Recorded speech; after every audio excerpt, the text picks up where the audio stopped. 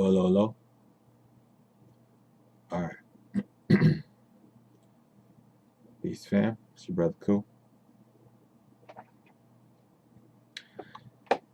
It's been some time since I've done one of these presentations, and the reason behind it is I've been doing a lot of footwork and getting a lot of experience and putting certain pieces together in terms of how to deal with certain situations and be able to move forward and focus on greater things. So the issue we'll be addressing today is the proper way to go about registering your vehicle, you're registering your automobile, utilizing your trust, also claiming your tax exemption as a Native American, so that it's reflected in their system. You know what I'm saying? So that if your plates are being scanned by any highway hire, it pops up as being Native American. All right, so this is how you deal with the whole traveling issues. So first state we're going to start with is Washington State, because that's where I'm located. That's where I'm domiciling in, Washington State Republic. And so I'll just show you the process that me and my tribe went through in order to get this thing done. So all these forms have the same principle. All right, it's pretty self-explanatory. All right, you go through the basic information about your vehicle or your automobile. Now, register owner. For additional owners, each sheet with attached sheet with name, driver's license, ID, TIN, tax identification number, EIN, employer identification number, or UBI number. The UBI number is what you get once you register your entity as a foreign not-for-profit corporation with the Secretary of State. Then you'd be assigned a UBI number, which would suffice as well. Expiration date and phone information. Washington primary address or Washington principal place of business, etc., etc.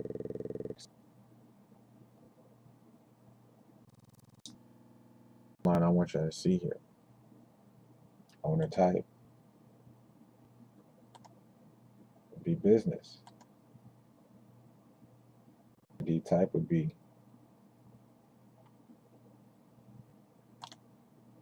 employer identification number. Here's where you'd put the EIN number. Okay. For me and my tribe particularly, we did it with our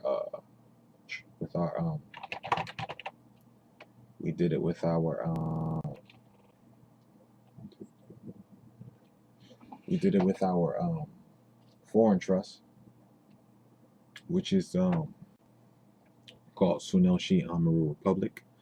That is the ecclesiastical body politic and corporate that we is in alignment with the Moorish Science Temple of America, 1928.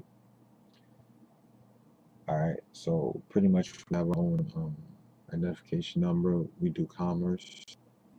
We function as a tribe. You know what I'm saying? Also protected under the Religious Corporation Act. So just to pretty much a breakdown of how we're operating. See, business, employer identification number. This is the number will go here. Expiration date, phone number, etc., etc. Registered owner name or business name.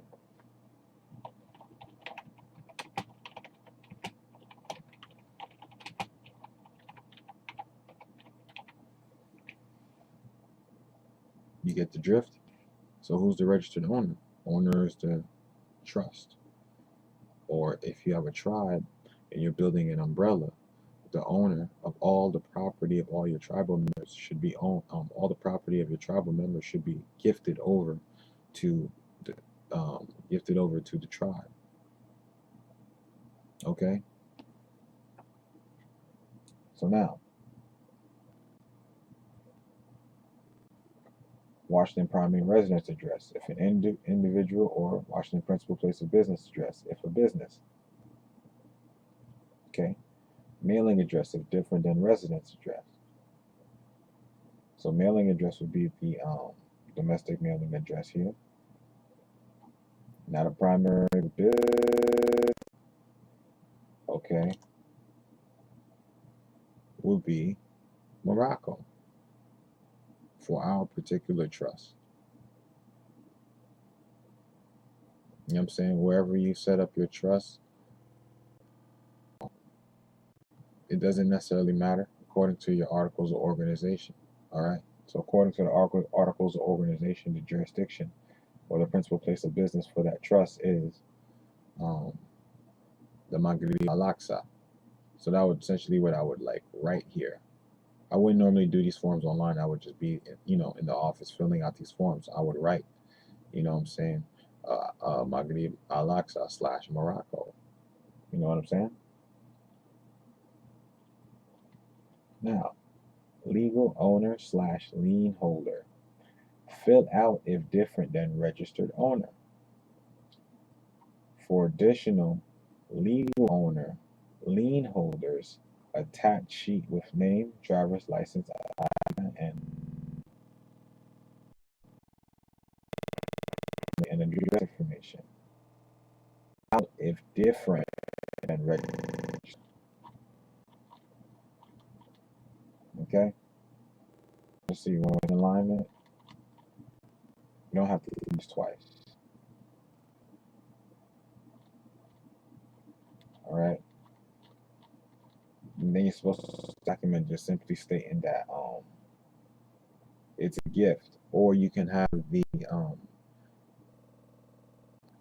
being or individual who is currently registered underneath to go in with you. You know what I'm saying? With their registration and also their license or state ID, whatever they have, so that they can show proof that they are the current registered owner, gifting the property over to whatever the name of the entity is or the state. Okay, you have a form that you the national who's representing that particular entity for the particular state. You need to make sure you have your national ID with you, identify, and have the taxes removed. You know what I'm saying? On the registration. That way, that's reflected in the system as the vehicle being tax exempt due to the fact it's Native American. This is all the things that pop up in the system. Yeah. Okay. I'm doing a video too, by the way. But I will. I'll call you. No.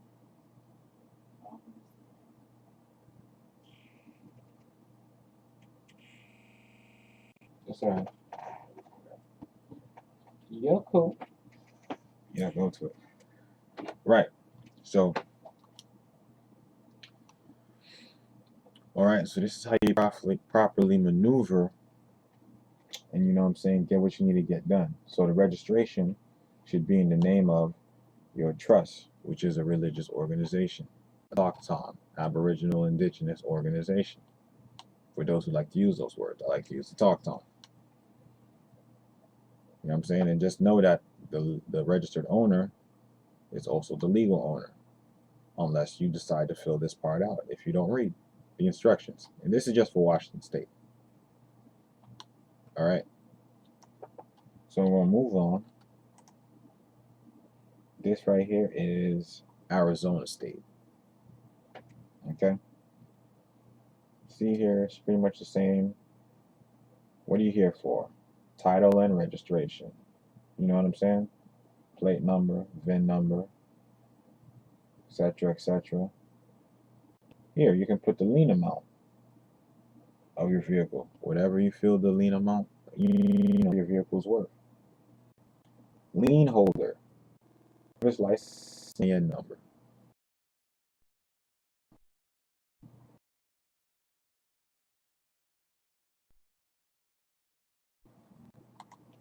Now,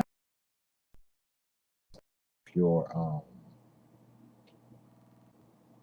and I'm speaking from an individual standpoint. If you're an individual, all right, and you have a domestic entity that's underneath a foreign entity, use that domestic entity as well, which can have a 2 number.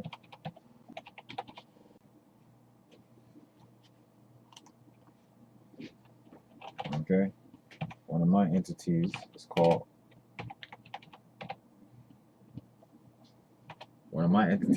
Cool Breeze. All right, so this is who would be the registered owner / lien holder. Okay.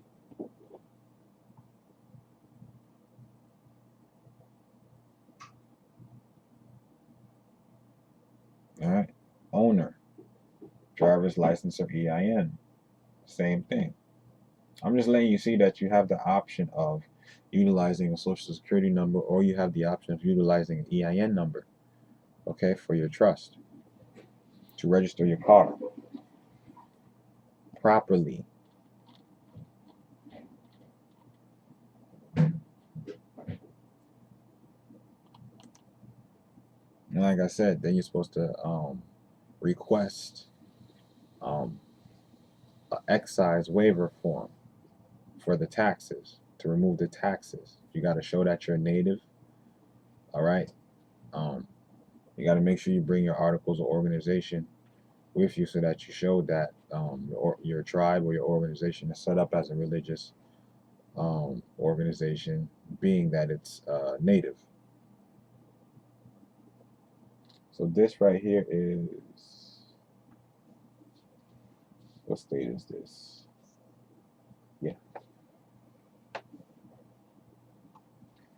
So this is California. All right, this is the application for title or registration for California. So we went through Washington, we went through Arizona, now we're in California. All right. Same idea, same protocol, same principle.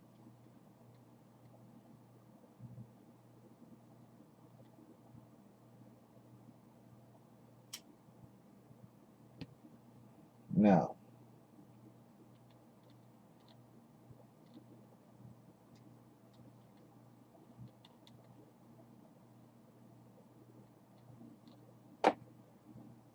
owner information. Remember, once again, if you already own the car under your straw, or even if you are nationalized, if you own the car in your free national name, what you want to do is you want to register it through your trust.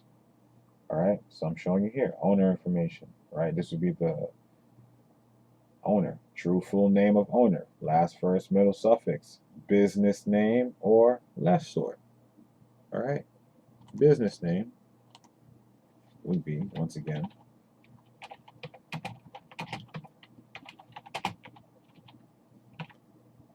because I'll be registering it underneath my tribe. So this is how I would operate if I was in California.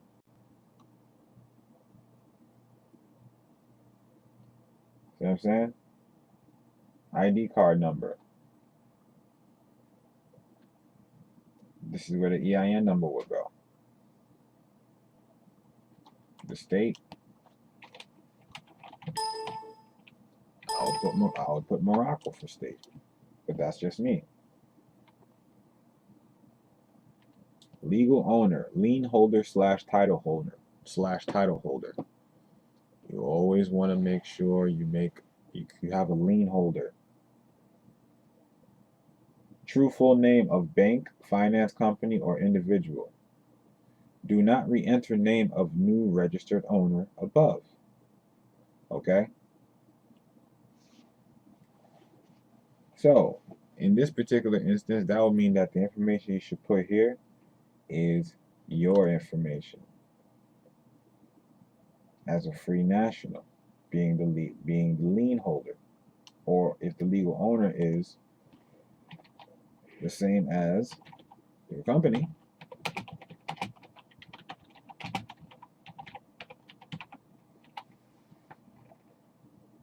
then you're good to go. And you just function. Now, I don't live in California, so certain questions that I would have, I would actually have to go to the DOL office and just bump my head and give it a shot and gain information. All right. But essentially, all these applications have room for an EIN for a business to register your automobile underneath. This is New York.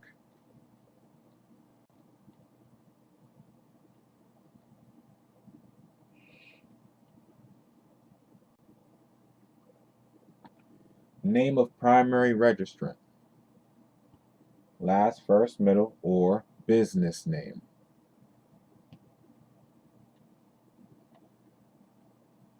The information.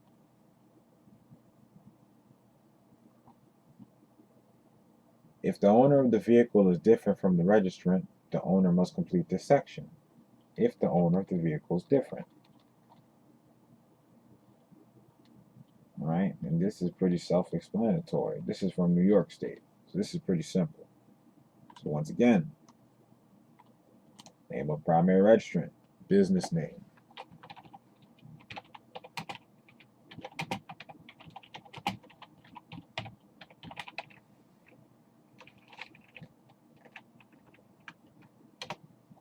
If it looks repetitive, good. I'm showing you that it's the same principle across the board. Don't matter which state you're in. The wording might be a little different, but it's the same principle. This is a state of Florida. All right, Florida state.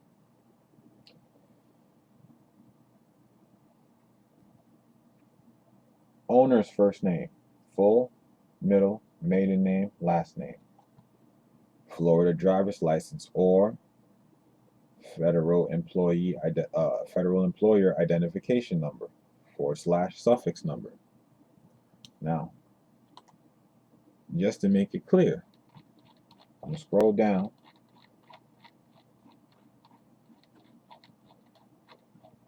Oh no, this is not for this one. So every state's documents is a little bit different. All right, so here is where your EIN number would go. If I was in Florida, this is how I would do it. Fill out the information for the trust, mailing location, all that. Information about the vehicle, you can specify. Now here, use of vessel. This particular one, I would select exempt because it's a private vehicle. It's not being used for commercial purposes. It's exempt. The question here, are you a Florida resident as the owner? Nope. Are you an alien? Nope.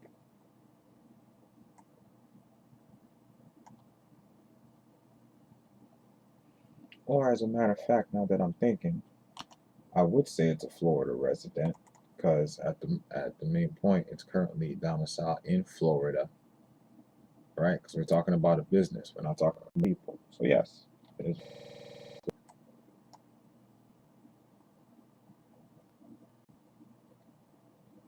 Then you just read, and then you see here it comes once again, lien holder. So you can see the language that's being used across the board here. Lienholder information. Federal employer identification number. This would be your EIN number. Date of lien, lien holder's name. That would be the name of the trust, which that EIN number is attached to. Transfer type. If ownership has transferred, how and when was the vehicle, mobile home, or vessel acquired? Gift.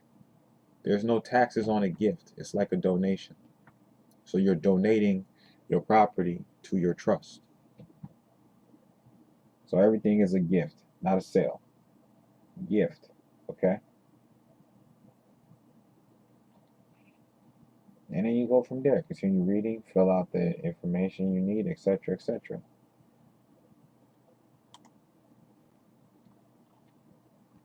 And just to be clear, pull up this part right here. Enter the Florida driver's license number, Florida identification card number, or federal employer identification number of the owner and co-owner when applicable in the spaces provided on the application. A driver's license number is not required for vehicles not owned by a natural person. So do you see how they get us with the game? If you're going to register the car under yourself, then you have to have state ID. You have to have a driver's license issued from the state. Now, if you're registering it in the name of your trust or your tribe or your business, which is all the same thing, then you don't need a license. What you need is a federal employer identification number, including proof of identity. So meaning if your trust is in your free national name, or if you're a member of that trust in your free as a free national, then you need to have self-identification that reflects that title, so that they can see that everything lines up. Okay, you are a member of this. I can see your title here. And what documentation would they be looking at to verify? That'll be your articles of organization. I'll pull that up in a second. But once again, all right, oh, and also including proof of identity for any individual signing as an authorized agent for a company / business when applicable. That'll be the members of the group or the society. In a nutshell. Bam. Done with those things. What's the next thing I'm gonna pull up? Oh, right. Now, your trust instrument is important. Your trust instrument is what lays out how your trust is organized, how it functions. All right. Whenever you need to do things like, let's say, we'll open up an account or do any type of commercial transactions, you want to have proof that your trust is real and that it is in existence. If I can make this bigger.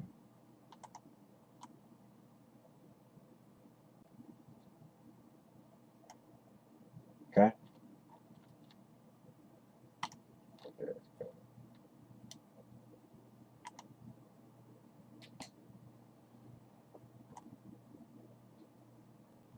go. Okay. So, as y'all can see, this is Exhibit A. This is the filing for the Declaration of Organization of Ecclesiastical Moorish Society. There's a filing number. Filed at King County. All right. Grantors. People. Okay. That's the name of the people involved with Sunnah. Grantee. Sunnah Shi Amaru Republic. Meaning the people are granting everything that they own to Sunnah. Now, that's it for page 1.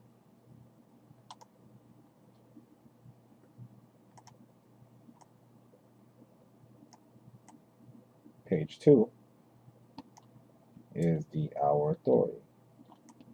All right, this is what Prophet Drali filed in Cook County in 1928, filing number 10105905, the Hertzon's revised statute. So this is included in our document in our organization. You see?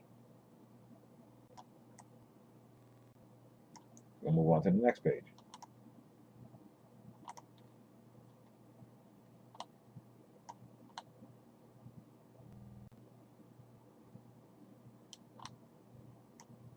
Now, I'm going to read this real quick just so you can get an idea of how we're functioning. This state derives the authority from the Moorish Science Temple of America, founded by Prophet El-Hajj Sharif Abdul Ali, Noble Drew Ali in 1913, incorporated in 1928. When in the course of the events of man it becomes necessary for one people to dissolve the political bands which have connected them with another, and to assume among the powers of the earth the separate and equal station to which the laws of nature and of nature's God entitled them, a decent respect to the opinions of man requires that they should declare the causes which impelled them to the separation. That was an excerpt from the Declaration of Independence. All right. We hold these truths to be self-evident that all men are created equal, that they are endowed by their mothers with certain unalienable rights, which among these are life, security, freedom, social and economic stability, which equates to peace, Islam. Governments are instituted among men, deriving their just powers from the consent of the governed.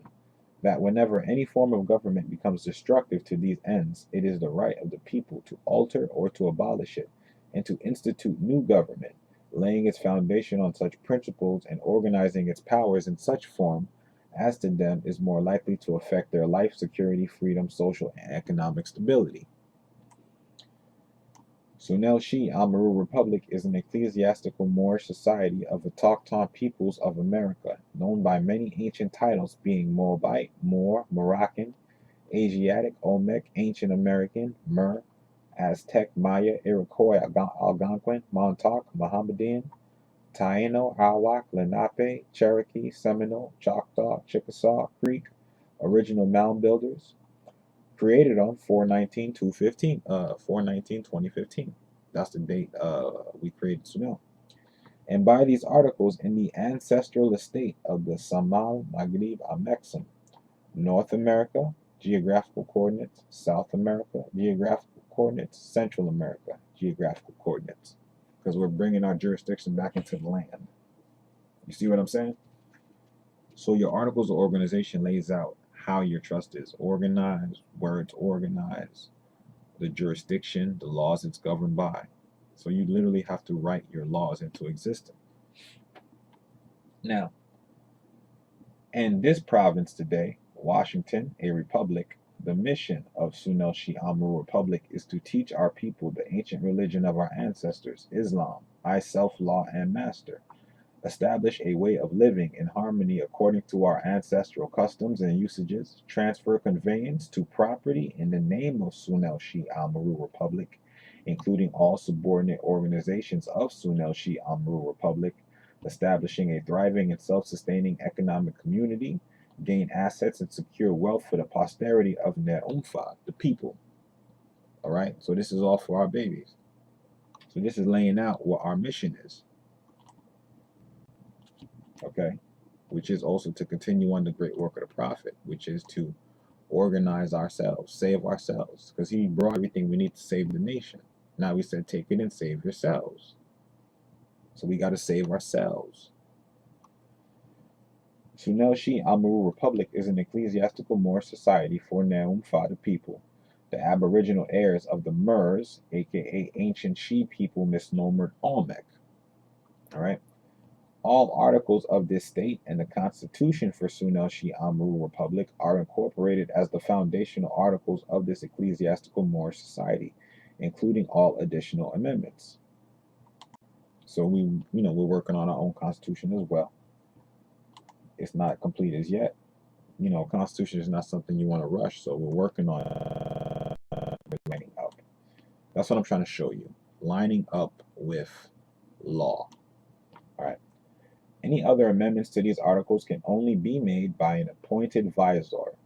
So in our particular jurisdiction, a visor would be considered a beneficiary or a protector, meaning the visor would be either a grantor, a beneficiary or a trustee. Okay, that's what a visor is. So all members of our particular jurisdiction are visors who are of the age of majority. Pursuant to the Articles of Confederation, pursuant to the Constitution for Sunel-Shi Amaru Republic, pursuant to the Treaty of Peace and Friendship, pursuant to the Zodiac Constitution, AA 222141, Library of Congress, pursuant to the Divine Constitution and bylaws of the Moorish Science Temple of America. Line yourself up. This declaration is made under the penalties of the perjury and stands as a certification of the formation of this aboriginal American state as the matter of the law and of the fact. Okay? I, Noble Cool L, do affirm that at a meeting of the members of the Moorish Science Temple of America, held at 7719 14th Avenue Southwest in the County of Kings in Washington Province, and 3rd day of June 2017, for that purpose, the following members are appointed advisors, according to the rules and usages of such: Mansa M. Bay, Ajay Bay, Rael Bay, Chikawa Bay, Alisi L., Rania Bay, Lissa Bay, Amara L., Leah Bay, Mansa K. Bay, Amir L. This is supposed to be Ali Bay. All right, but that's an amendment we can privately make. Caden Bay, El Hadik Bay, Caden Bay. I'm sorry, Caden Bay, El Hadik Bay, Caden Bay, Ikramula Bay, Neil Bay, and Sunel Shi Amur Republic, adopted as its corporate name, Sunel Shi Amur Republic. Okay, etc., etc. This trust instrument was drafted on this date. You know what I'm saying? We have our own date. 2nd day, 11th cycle of the year 1432, Gregorian calendar, June 3rd. We got it notarized, and I'll go back to the first photo so you can see that.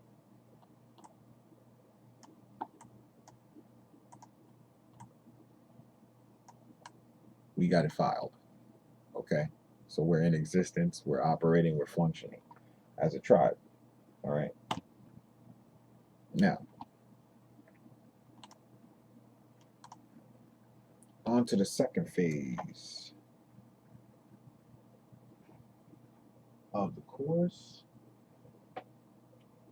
Okay, so what we want to do now is lay out the game plan on how we're supposed to be functioning. All right. See if I can make this a little more clear.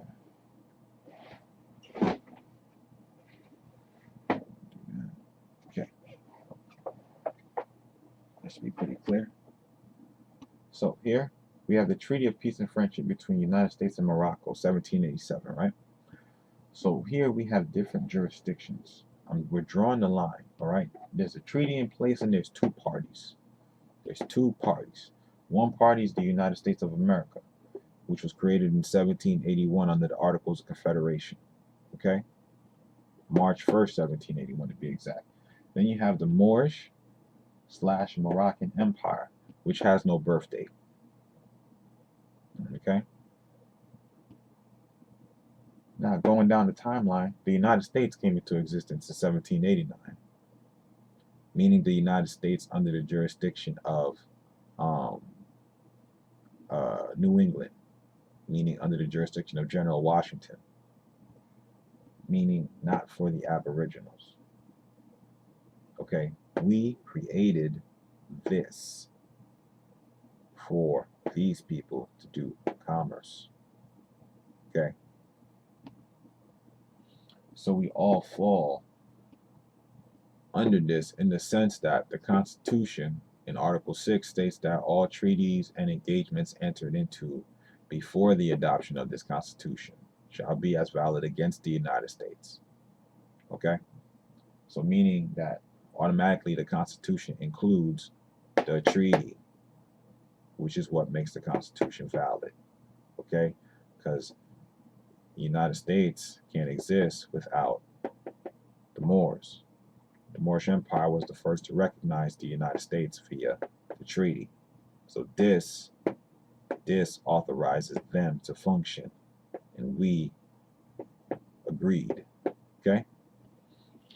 So now, the United States under the appointed General George Washington in 1789, they adopted a constitution, which became the American Constitution in 1791. All right? Which was an amendment to the Articles of Confederation. All right? Which was about 8 years later, 1781 to 1789. Then you have the United States Corporation Company. This is where they started to go off keel. All right. The United States Corporation Company was established in 1925 in the state of Florida. Okay. As a perpetual for-profit corporation company. So this is when the shell started to go bankrupt. So once this went bankrupt, this was the next shell. Okay, and this is what everything's been operating on since United States Corporation Company. So now we have corporate straits. Oh, and also I want to make you be aware that this includes the 50 organic states. Organic states meaning, for instance, Washington State is an organic state, right? Which is still in alignment with the United States of America and Congress Assembled, according to the Articles of Confederation. Now, the state of Washington falls under United States Corporation Company.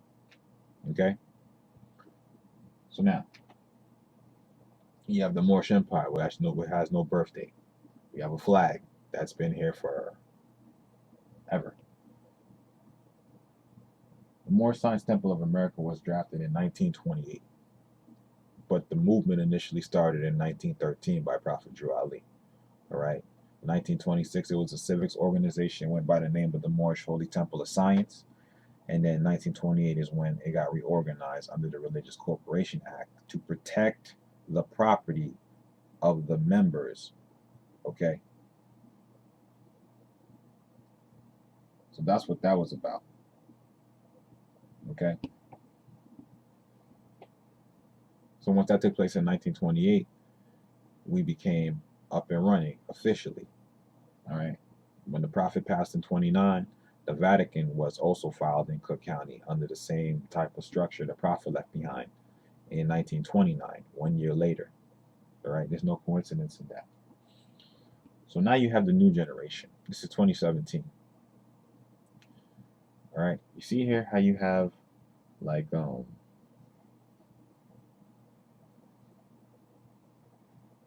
Alabama, New York,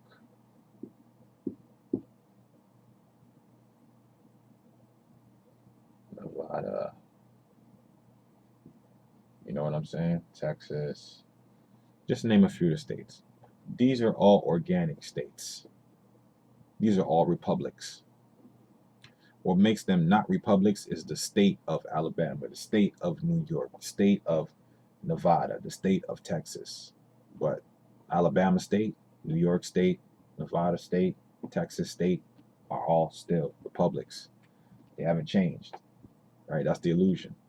Now, in our particular jurisdiction as the Choctaw peoples, we have a right to create our own institutions. So we're supposed to line up our institutions with, and I believe the only man who actually brought the game plan out of everyone who came, and that was the Prophet Drew Ali. Now I'm not saying to worship the man or idolize him. What I'm saying is take what he gave us and build on it. Okay. So now, what is a foreign state? Foreign state is an entity. Okay, that would be a foreign entity. So Sunel Shi is a foreign state.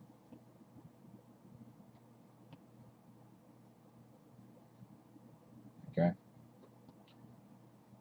The name of your trust is also considered a foreign state as long as it's under the jurisdiction of a foreign entity with a 98 number. If it is not, then it's domestic and it's under this jurisdiction. I mean, not these guys, but it's under this jurisdiction. All right. Which is actually comprised in the what we call DC, District of Columbia. All right.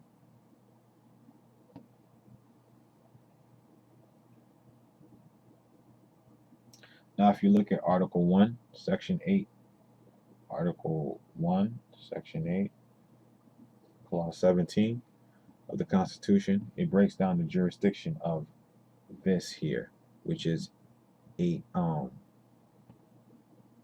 about 10 miles radius square. All right. If you look at the Constitution, Article 1, Section 8, Clause 17, or Paragraph 17. Okay. So Sunel being a foreign state in alignment with the Moorish Empire, we have treaties in place. So there's a process in place for us to operate. So I'm using this to bring home the idea of traveling and how to travel properly and safely while not giving up your jurisdiction. Okay? So register your vehicles, in the name of your trust or in the name of your tribe. Okay? Line yourself up with the law and execute. Because all the property, you got to do like how the Jews do. Because the Jews do what we used to do. Everything they own is gifted over to the synagogue. So the synagogue owns all of their property. It means it owns all the land, all the vehicles they have, all the cars. You know what I'm saying? Everything they own, the stores, all that's underneath the synagogue. So they're all members of that, so they get the benefit from the use of all that property.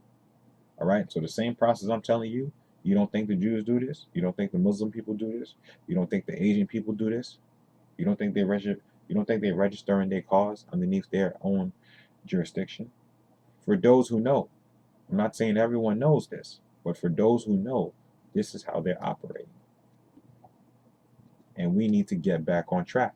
So this is how you Columbo the whole traveling issue in a nutshell. You register the car or your vehicle or your automobile in the name of your state, in the name of your trust. My particular instance, Sunel Shiama Republic is named my tribe. So that's the way the vehicle registered to. And we had the taxes taken off, right?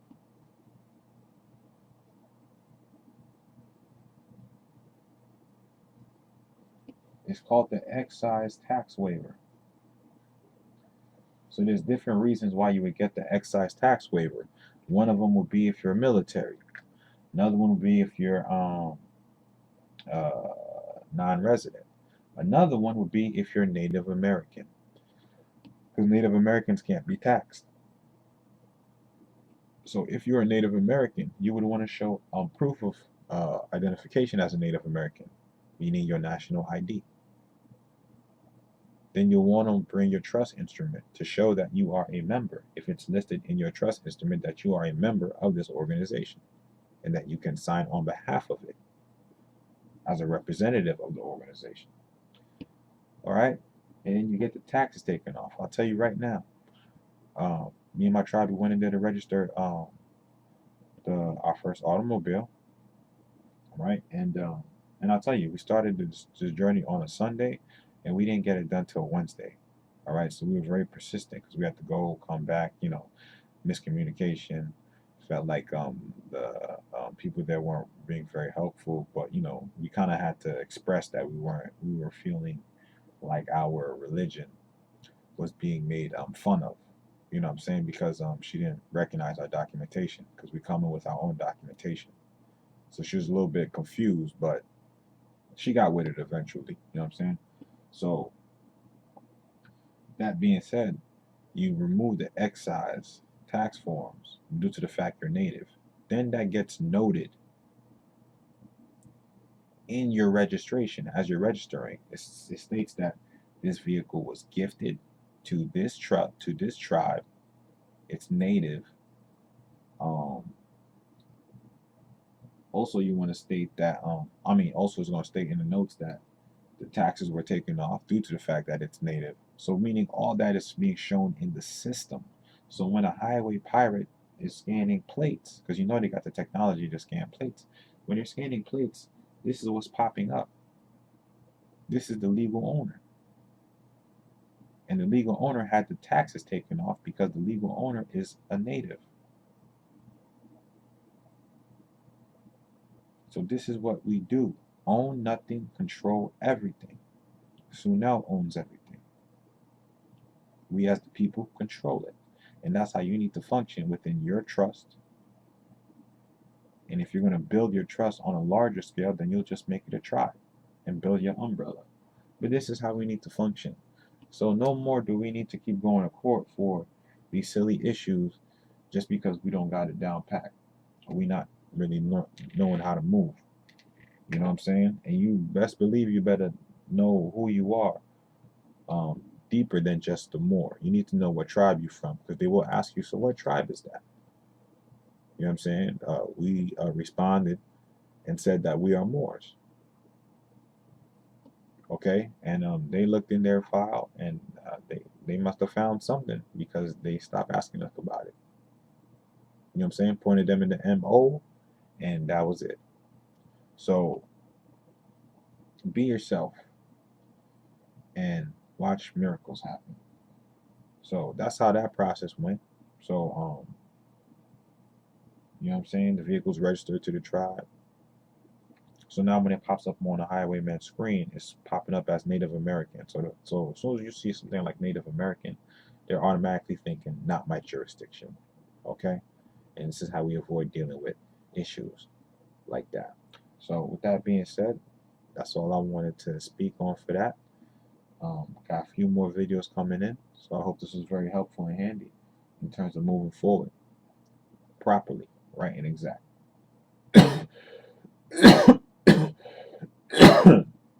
Well, I'm your brother Cool. Love y'all, fam. Peace. We out.